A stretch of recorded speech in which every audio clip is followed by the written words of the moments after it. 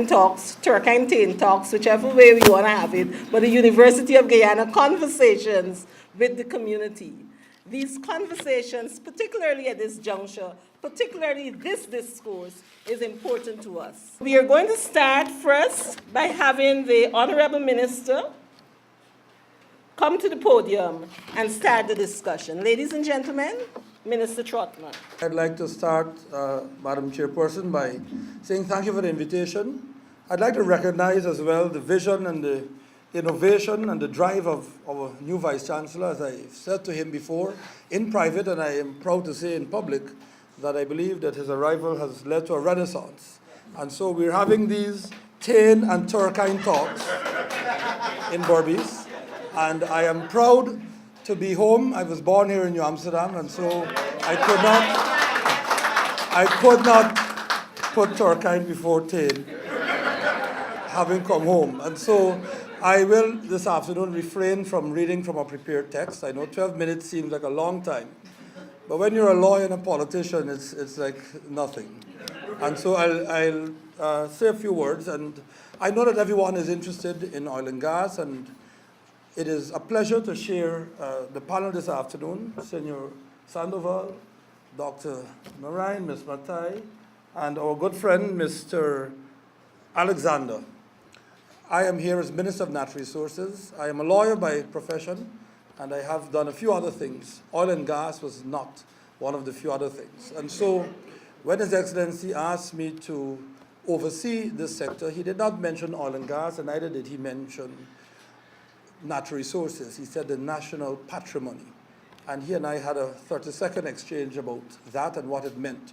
And indeed, it is our patrimony, because I know that all of us, with here and without here, would recall when, as children, we were told about the rich potential that Guyana has. And we've grown with much agony, because we've seen that potential literally slip through our fingers year after year and decade after decade. And so it was in 2015 in May, oddly enough, or coincidentally enough, or perhaps by faith, on the 8th of May or thereabout, it was announced that a find of oil had been made offshore Guyana.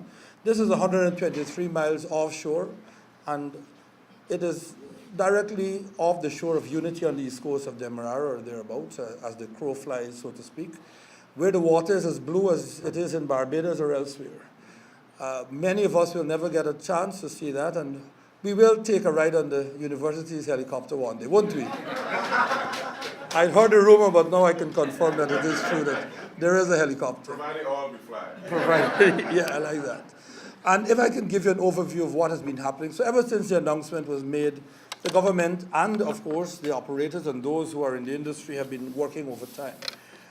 The company ExxonMobil has a license, and it shares that license to develop what is known as the Stabroek Block. There is a strip of sea, not land, that straddles, in a sense, much of the coast of Guyana from up Quarantine going all the way towards our Venezuelan neighbors' border, which we know to be quite secure and safe and set and defined.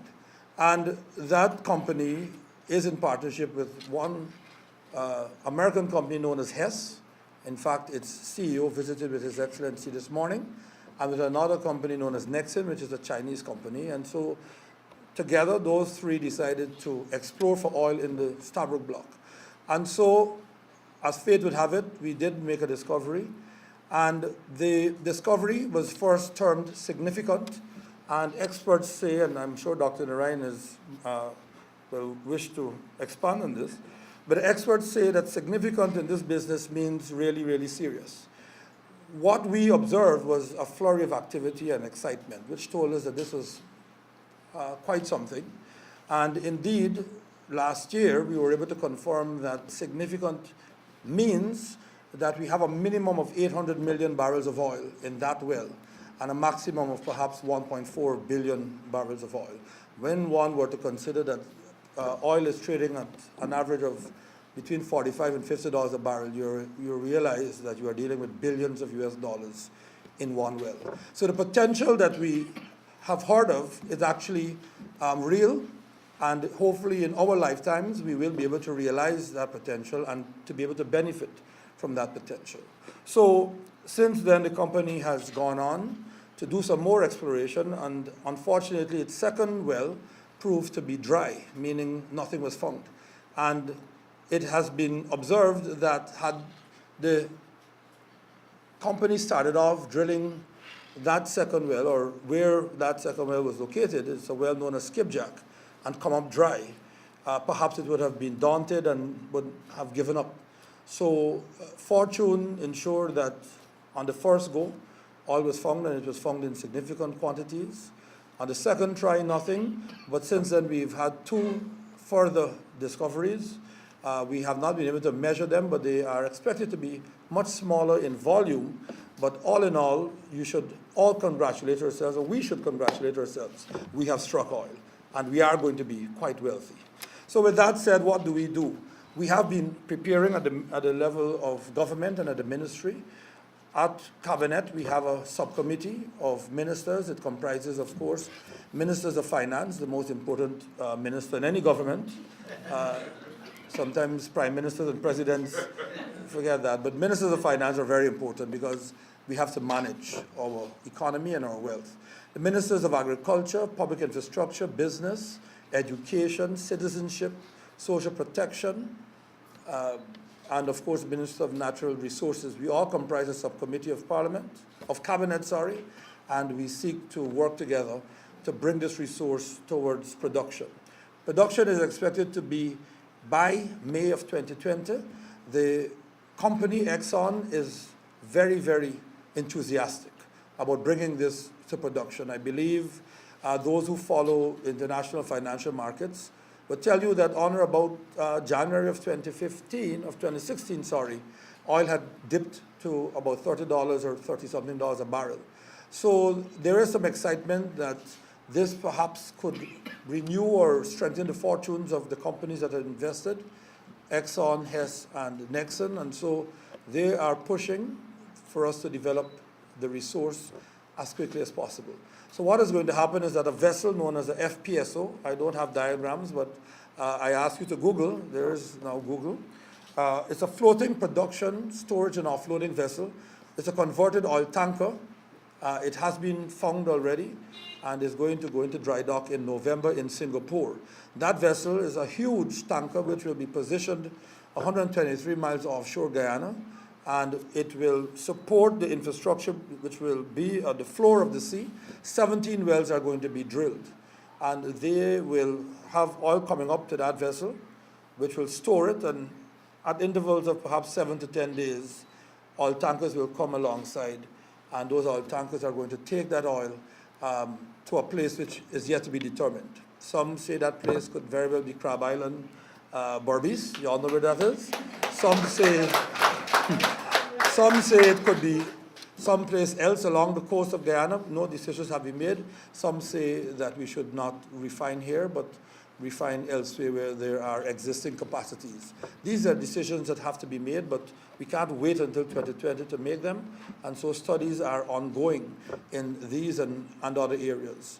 We believe that we needed to strengthen our regulatory and legal frameworks as a matter of urgency, because unless we have systems in place, we would be unable to handle, as it were, the production and the benefits of the production. And so we have started a process of reviewing our Petroleum Act. It's a 1986 act, and of course quite dated, and was weighted more in favor of exploration rather than discovery and production, because we all thought we had the potential, but no one really believed that we had not just the potential, but this very, very rich potential. And so with help from the Commonwealth Secretariat, we are doing a process of review, and all of our laws are being reviewed, and in some instances we are creating new laws. So we have already created two sets of laws, new, and one is a sovereign wealth fund, has been in part fashioned by the Commonwealth Secretariat, and that bill is with the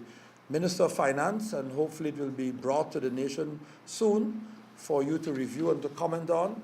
And if I can just give you some of its salient features, of course, every wealth fund, it's another word for just saying a place where you put money from your earnings, and we hope to be able to put money not just from oil, but from gold, from timber, from bauxite, from diamonds. A percentage of each of these should go into that fund. And the expectation is that the fund will be used for budgetary support. Simply, if you budget at the price of oil being $50 a barrel, and during the course of your budgetary year, the price drops to $35, to make up for that $50 shortfall, countries allow for the fund to be utilized. Secondly, we'd like to ensure that the fund is able to support infrastructural development.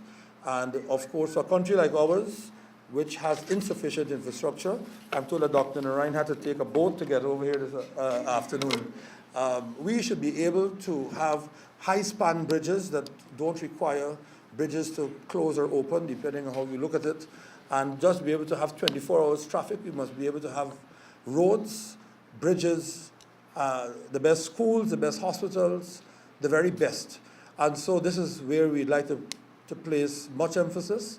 We are as well going to ensure that the environment is not lost, and so there is existing already under the Environmental Protection Act, an environmental trust fund, and so the expectation is that a percentage of the revenues from our resources will be used to both finance and to supplement the environmental trust fund to ensure that the environment is at all times protected.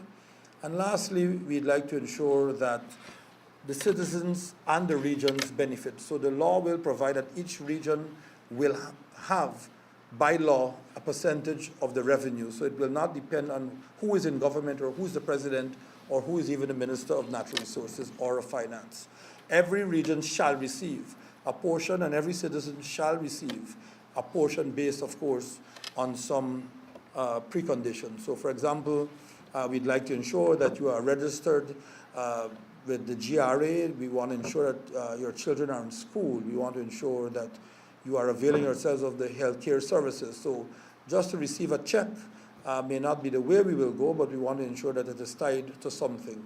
I speak often of the program in Brazil, which is known as Bolsa Familia, where it's a social program where parents take their children to clinics, and there they receive a cash transfer, but you have to show that the child is growing well, and of course nutritional needs and educational needs are being met.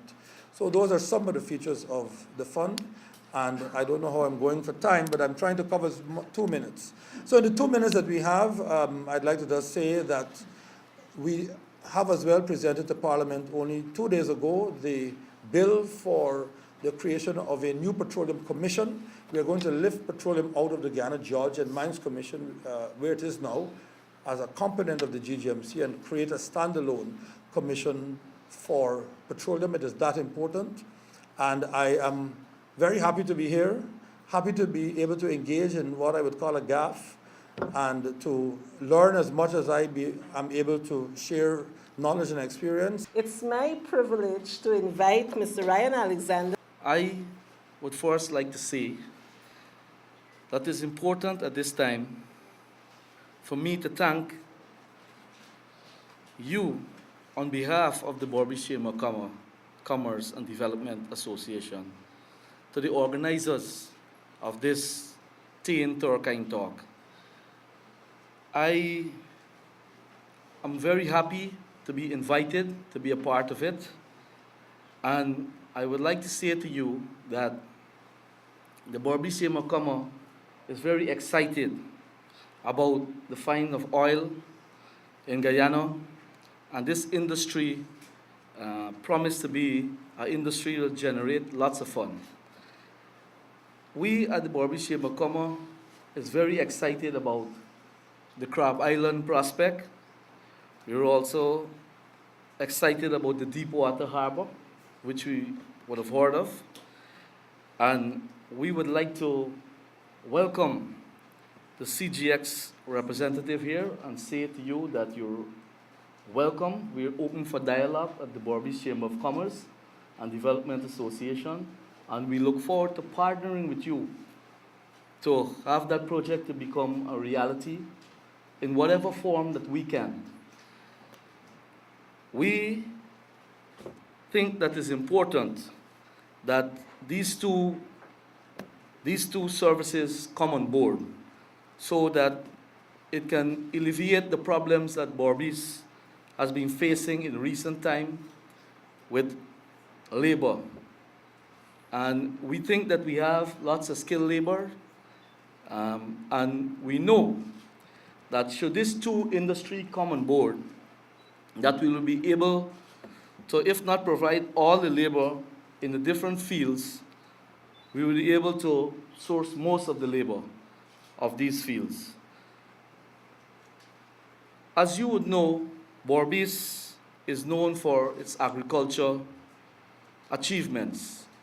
And with the flow of money through the oil and gas industry, as the ministers mentioned, and with all regions having their fair share, we would like to see that these monies that being channeled to the region be put forward to the agriculture sector. We're now going to have the third panelist, Ms. Kiran Matai. I am an alumna of UG, having graduated from the law program in 2009, completing my LEC in 2011, and finally my LLM in oil and gas law in 2015. It is, however, these years in between that have provided the framework for my presentation this evening, as I'll be discussing the theme, preparing for oil and gas through legal training. What I would like to clarify, though, at the outset is I do not hold myself to be an expert in this field, but I do believe because of the specificity in my theme, which is referring to that of legal training, I may have some amount of locus standi. But on a lighter note, I believe that I've proven that I've had legal training by immediately providing a disclaimer at the beginning of my presentation. Now, throughout the course of this presentation, there are three major areas that I want to be able to touch on and I want to expand on as it relates to that of legal training. That of lex petrolia, principle of permanent sovereignty, and the relationship between oil and gas and that of a green economy. What's common among these areas is the legal underpinning to which we as a Guyanese populace may attach our identity, such that there's a balance between exploration, disposition, and development of our own natural resources. And Minister noted that he's from New Amsterdam. My mom is actually from Berbice, and so I'd like to hold myself out as having some roots here. So I'll also refer to it as Tain and Turkeyen talks and not the other way around. Now, as I mentioned earlier, I read for my LLM in oil and gas law, and it was always a running joke that the title of our LLM program was really a misnomer, because the concept of oil and gas law was so utterly generic that while the term may really encapsulate the framework that regulates the operations of the industry, the development of a lex petrolia would always be a work in progress, considering that oil and gas activities rely heavily on various disciplines of law, including but not limited to international law, company law, there's contract law, human rights law, environmental law, and of course dispute resolution. Therefore, while the oil and gas industry remains dominated by technical and scientific risks and research, that added composition of law allows for the erosion of some of that risk through the allocation of liability among all involved parties. Those therefore considering a future in the industry must therefore recognize that legal training in oil and gas is a specialization cocooned by the vocabulary and decisions that are constantly developed into lex petrolia. Within the scope of preparing for oil and gas, this therefore translates to an appreciation of law as being dynamic within the industry and not just relying on precedent or statute to equate risk and reward. Rather, one's legal training as applied to oil and gas needs to be based on merging yet differentiating the relationship between the state, the people, the international oil companies, and of utmost importance, the law of the land embodied and executed within and by our Constitution. Now, it's really that supreme law that shapes the concept of permanent sovereignty over natural resources through the principle of resource nationalism. Now, what that really means, and implicit in that doctrine, is that the state's right to regulate and exercise authority over foreign investment within its national jurisdiction in accordance with the laws and in conformity with national objectives and priorities. Therefore, for Guyana, as an emerging economy, one needs to be able to appreciate the ownership of our own resources. Coming to the fore is a biochemist who also happens to be associated with CGX, And I want to say thank you in advance to CGX for agreeing to sponsor the schools who are here in terms of their transportation reimbursement. Please let's welcome Professor Suresh. This is a very important subject. And I think as we pat ourselves on the back for having come into the fortune of being birthed in a country that has found oil, we also need to recognize, first and foremost, that this is a finite resource. Oil does not last forever. And when we are in the subject of nation building, and we are in the subject of ensuring that that patrimony lasts as long as possible and impacts as many people as possible, it behooves us, therefore, to have a conversation like this one that is a little bit more thoughtful. It also behooves us to realize that the oil and gas industry, per se, is not an industry that's going to automatically touch everyone. The production, the exploration of oil, the production of oil, the refining of oil, the marketing of oil, isn't going to touch all of the sectors of our economy. It, in many cases, in some formats, for example, the floating storage and production platform, many Guyanese may not even physically see what is happening because a lot of that oil will be pumped onto a floating vessel, and currently it would seem to suggest that they would then head to markets. So then, how it is that we as a people, as a government, can position ourselves not to make the same mistakes as many other places, like my good friend talked about with Mexico. At the very outset, I actually want to say that our honorable minister has been a minister only for 2 years. He is on an extremely steep kind of change. And he doesn't talk about this, but I will, because it's important. A tremendous amount of work has gone into creation of policy. A tremendous amount of work has gone into creation of legal frameworks. And I urge you, it is very important, in addition to coming to forums like these, to go to the ministry's website and look at that amount of work that has been done. In many ways, it's work which is going to guarantee to earn him criticism, simply by the fact that he's doing it. But if he doesn't do it, we're in trouble. So I really want to recognize the almost thankless job that Raphael Trotman has been doing.